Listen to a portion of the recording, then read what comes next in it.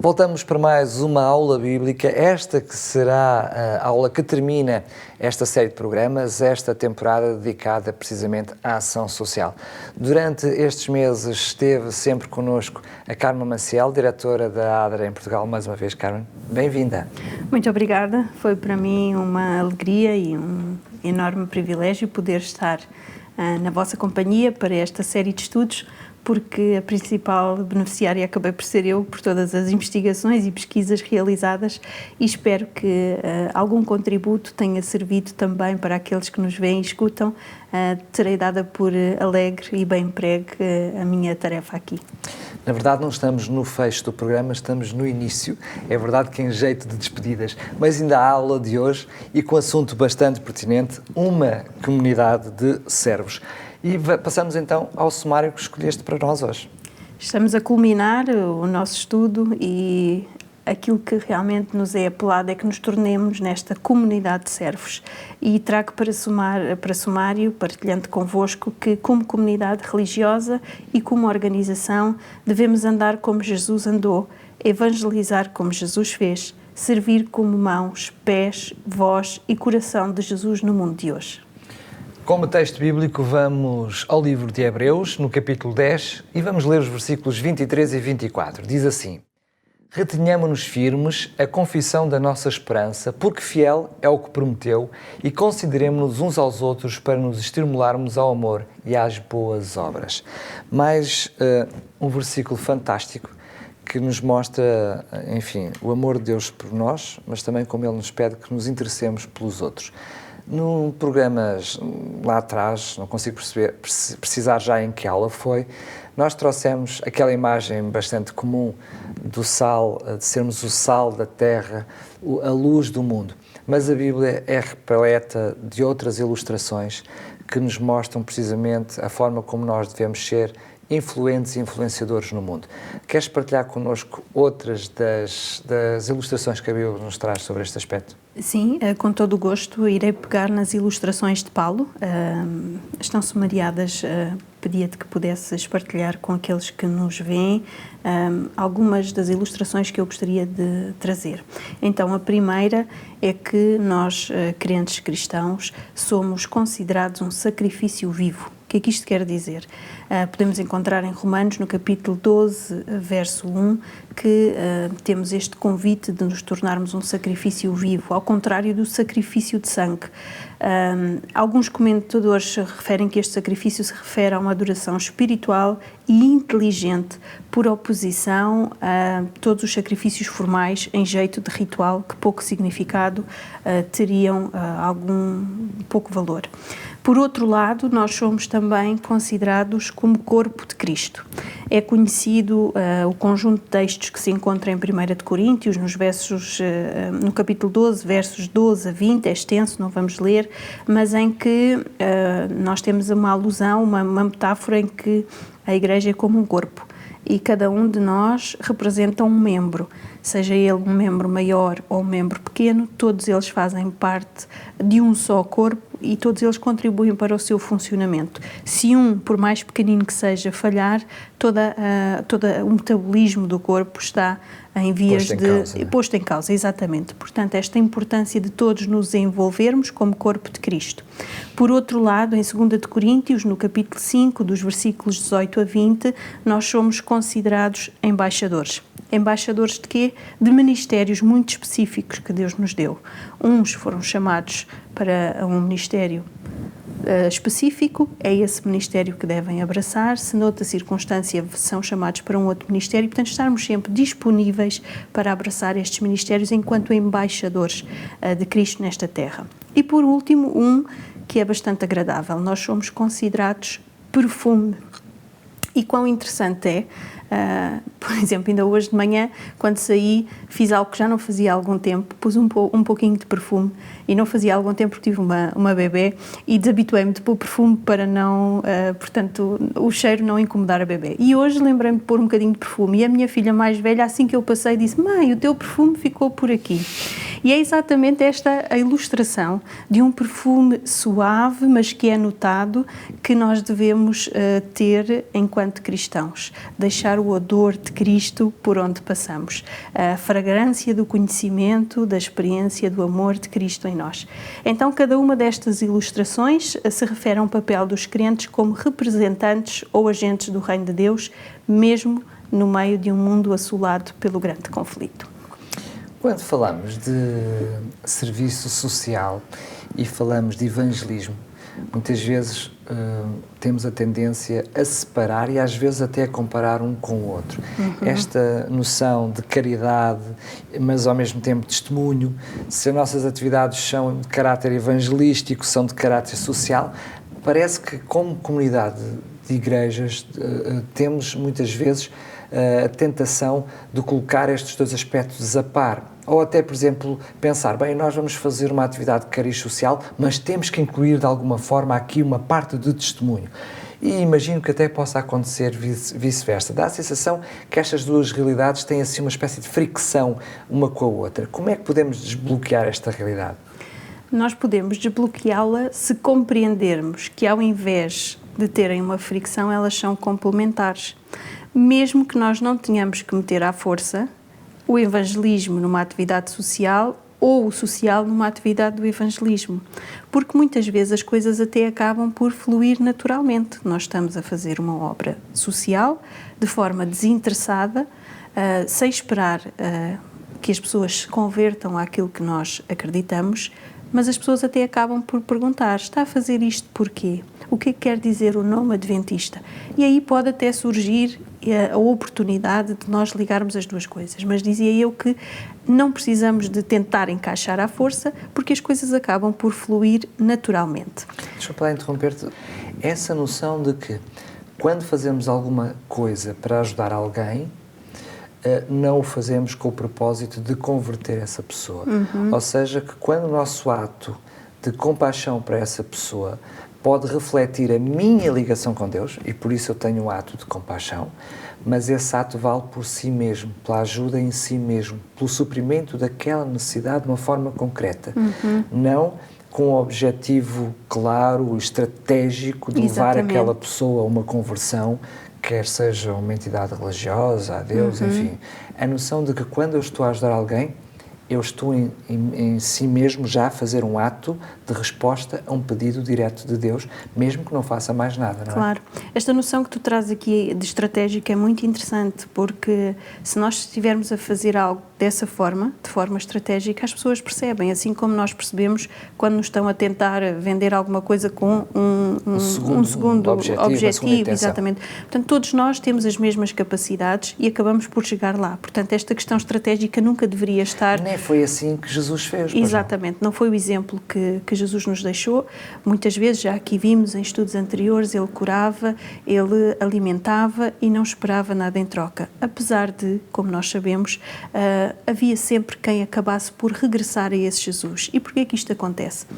Nós não podemos repartir as pessoas, dizer, olha, metade do Daniel é social, a outra metade do Daniel é espiritual. Não, eu quando estou com o Daniel, eu estou com o ser na íntegra. E quando estou a satisfazer uma necessidade física, sem mesmo que eu me dê conta, eu estou a satisfazer uma necessidade espiritual. Mesmo que essa necessidade espiritual não seja temática religiosa. Portanto, posso estar a satisfazer uma necessidade espiritual que seja levar esperança, levar amor, levar conforto, tudo isto é religião, sem termos que estar a falar explicitamente de doutrina. E, portanto, sem compartimentarmos as pessoas, o Evangelho é aceitar e amar as pessoas no seu todo. E acabamos por, naturalmente e de forma abnegada, contribuir para todos os aspectos dessas mesmas pessoas. Penso que até a forma de maior valorização pelo ato em si, essa pessoa perceber que a minha atitude é porque eu sou cristão e não porque quero fazer dela uma cristã. Exatamente, não é? Exatamente. Isso é muito importante nas comunidades onde estamos inseridos. Como já foi aqui frisado, trabalho na Agência Humanitária da Igreja Adventista e muitas vezes quando procuro parcerias, entidades com quem possamos trabalhar, muitas vezes a primeira pergunta que surge é: mas as pessoas que vocês vão ajudar têm que se converter à vossa religião? E a resposta tem que ser taxativa. Não, nós estamos a fazer o bem de forma desinteressada, estamos a fazer o bem porque queremos que o mundo, nem que seja uma vida, uma comunidade de cada vez, possa transformar-se, sentir o alívio, sentir o amor, sentir a generosidade que ainda existem na humanidade. Se nos perguntarem se somos influenciados por alguma religião, aí sim, nós somos adventistas do sétimo dia, a Associação Adventista, e portanto somos a agência humanitária da Igreja Adventista, e aí nós podemos falar dos valores, das prioridades que aqui já foi, creio que foi no estudo anterior ou antepenúltimo que nós abordámos estas prioridades e estes valores que nos definem. E portanto, nada a esconder, mas também nada a obrigar, com caráter obrigatório para que o trabalho social se desempenhe. É verdade que nós muitas vezes somos motivados a nos envolvermos de uma forma pessoal, nas nossas, como família, como indivíduos, devemos sempre estar ao serviço de Deus, atentos, despertos para as necessidades dos outros. Mas não é menos verdade que Deus comissiona-nos como comunidade, como igreja. Portanto, Deus certamente tinha um projeto para mim, para ti, mas também tem um projeto em conjunto como igreja. Como é que nós podemos perceber essa responsabilidade também, eu diria, coletiva? Como é que nos podemos envolver nessa responsabilidade mais global? Nós podemos envolver-nos identificando causas onde várias partes do corpo sejam essenciais. Para a resolução de um assunto, muitas vezes eu preciso de alguém da área social, de alguém da área financeira, de alguém de outra área, seja ela qual for. Da área jurídica, jurídica, muito bem. Da saúde. Exatamente. Portanto, muitas vezes o fazermos o bem obriga a uma ação multidisciplinar que eu não sou capaz de fazer sozinha e, portanto, recorrer a um conjunto de pessoas capacitadas que me podem ajudar é, na realidade, uma mais-valia. E sabemos que o facto de termos outras pessoas com quem possamos trabalhar ajuda-nos também a que possamos sentir-nos motivados, a que nos possamos motivar uns aos outros no exercício das funções que estamos a fazer e encorajar-nos mutuamente. Quando um está mais em baixo, há sempre outro. Exatamente, levanta o seu companheiro. Exatamente. Para o exercício da responsabilidade coletiva, nós vemos então que é, na realidade, muito importante ter em parte as várias componentes do corpo, até porque temos esta noção de que juntos podemos ser mais eficazes para um trabalho eficiente da Igreja nesta área social. Sendo que muitas vezes não nos apercebemos de uma verdade quase lá para Alice, que é, às vezes a resposta, quando nos envolvemos em conjunto, é maior do que a soma das partes.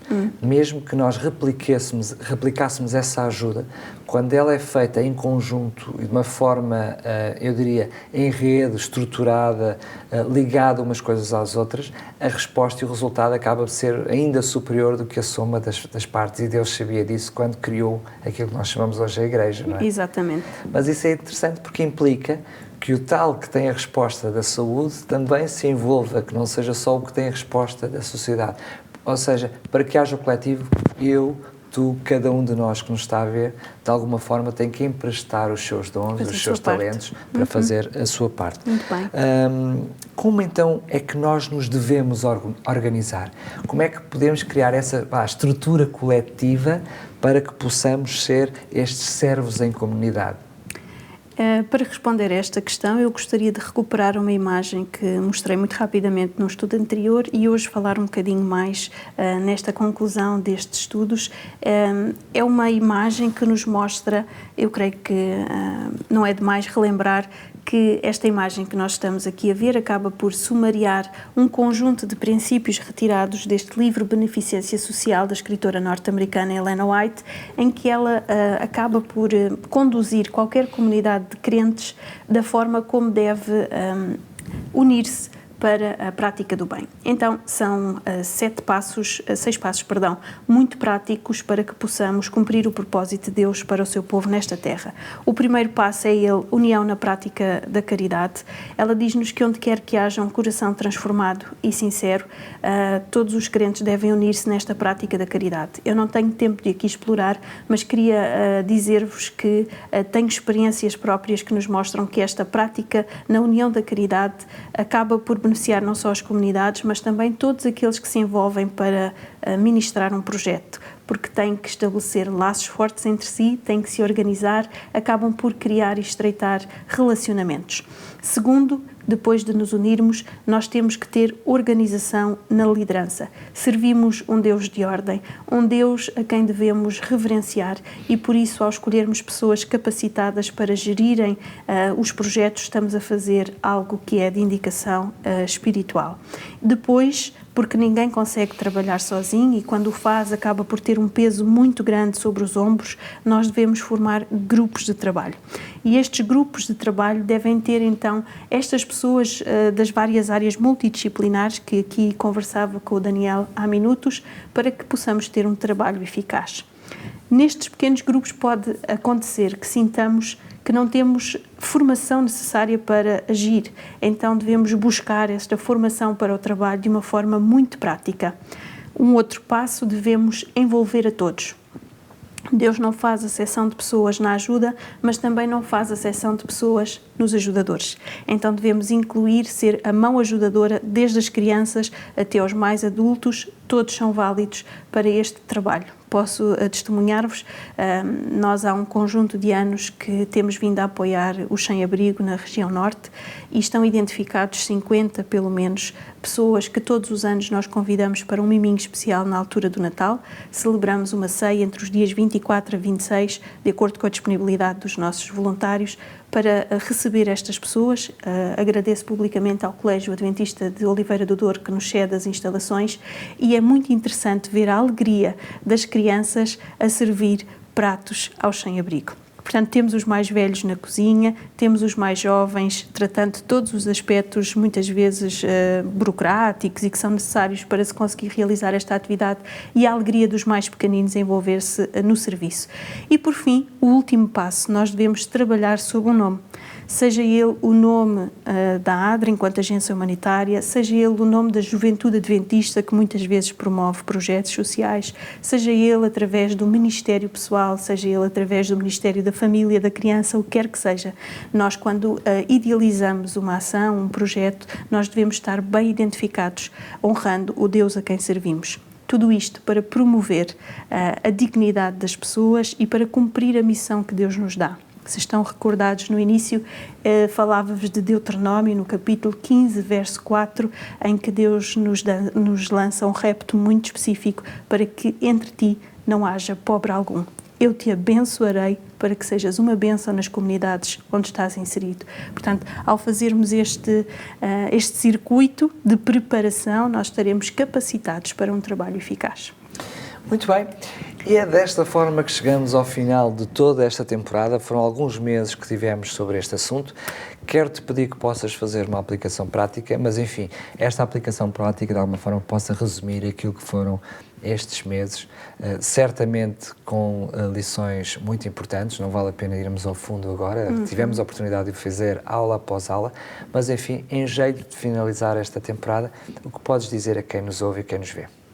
Fomos desafiados ao longo destes últimos 3 meses a pôr em prática tudo aquilo que lemos e ouvimos, a não amar apenas de forma teórica, mas a amar de uma forma prática. Eu queria deixar um convite a todos aqueles que nos ouvem, a todos aqueles que nos veem.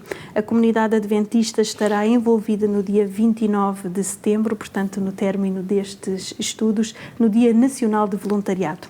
Estaremos a ajudar várias instituições, várias delegações locais, vários projetos. Desafio a que possa experimentar todas aquelas noções, aqueles conceitos que aqui desenvolvemos de uma forma muito prática, inscrevendo-se e participando numa ação de âmbito social para que possamos viver na prática esta realidade.